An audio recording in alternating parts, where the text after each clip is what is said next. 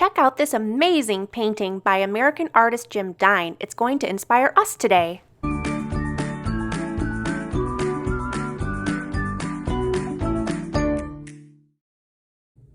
Today I'm using 9x12 paper, a pencil, a ruler, black chalk or charcoal, and Kwik Stix. Of course, you can use whatever supplies you have on hand.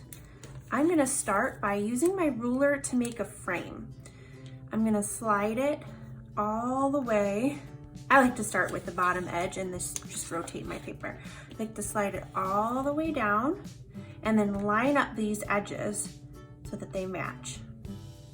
Then I can lightly draw a line with my pencil, and then I can flip to the other side. Again, line those edges up. They don't have to be perfect, but you're gonna wanna do your best so that you have a nice even frame.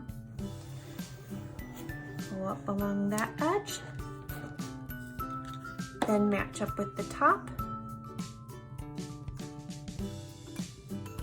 You can always ask a friend to help you.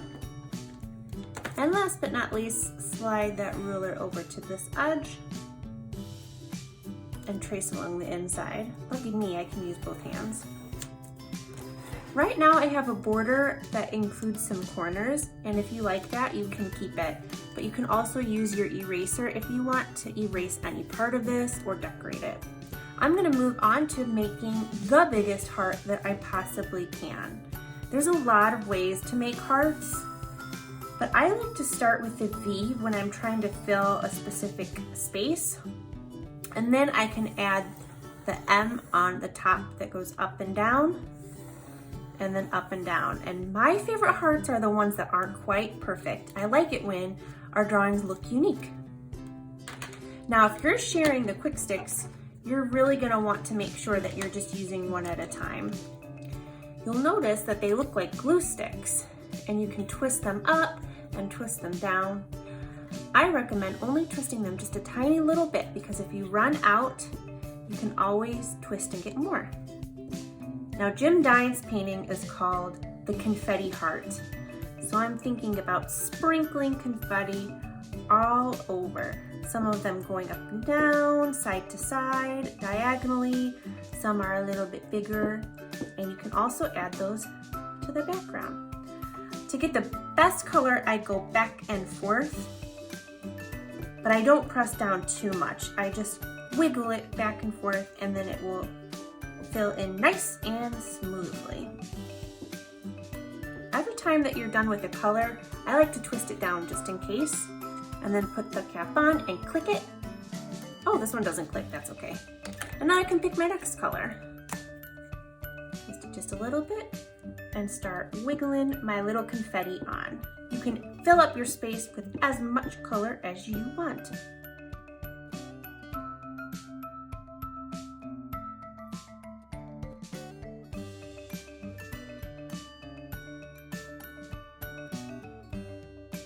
Once you're finished adding all the colors that you want, you can use a black marker or the black Kwik Stix and add a couple finishing touches.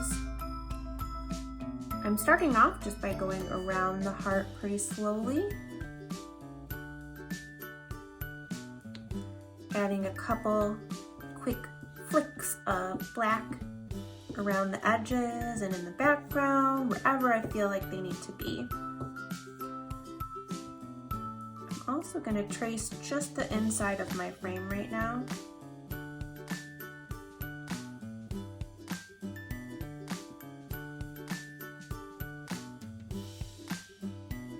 And now the messy part begins. I'm gonna switch out my Kwik Stix for my chalks. And just using my black chalk or black charcoal, I'm gonna trace my black lines. You still don't have to press down too hard. You might have to wait for it to dry a little bit. You might have to go back and forth to get it to show up. Again, you're not looking for it to be dark like a marker. Already that charcoal's all over my hands, but now I'm gonna blend it out. You can always use a Q-tip for this part, but I'm just gonna tickle that charcoal very gently and create a shadow on my paper.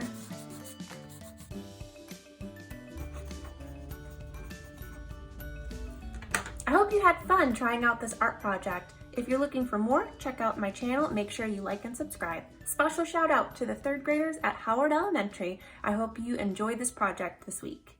Bye.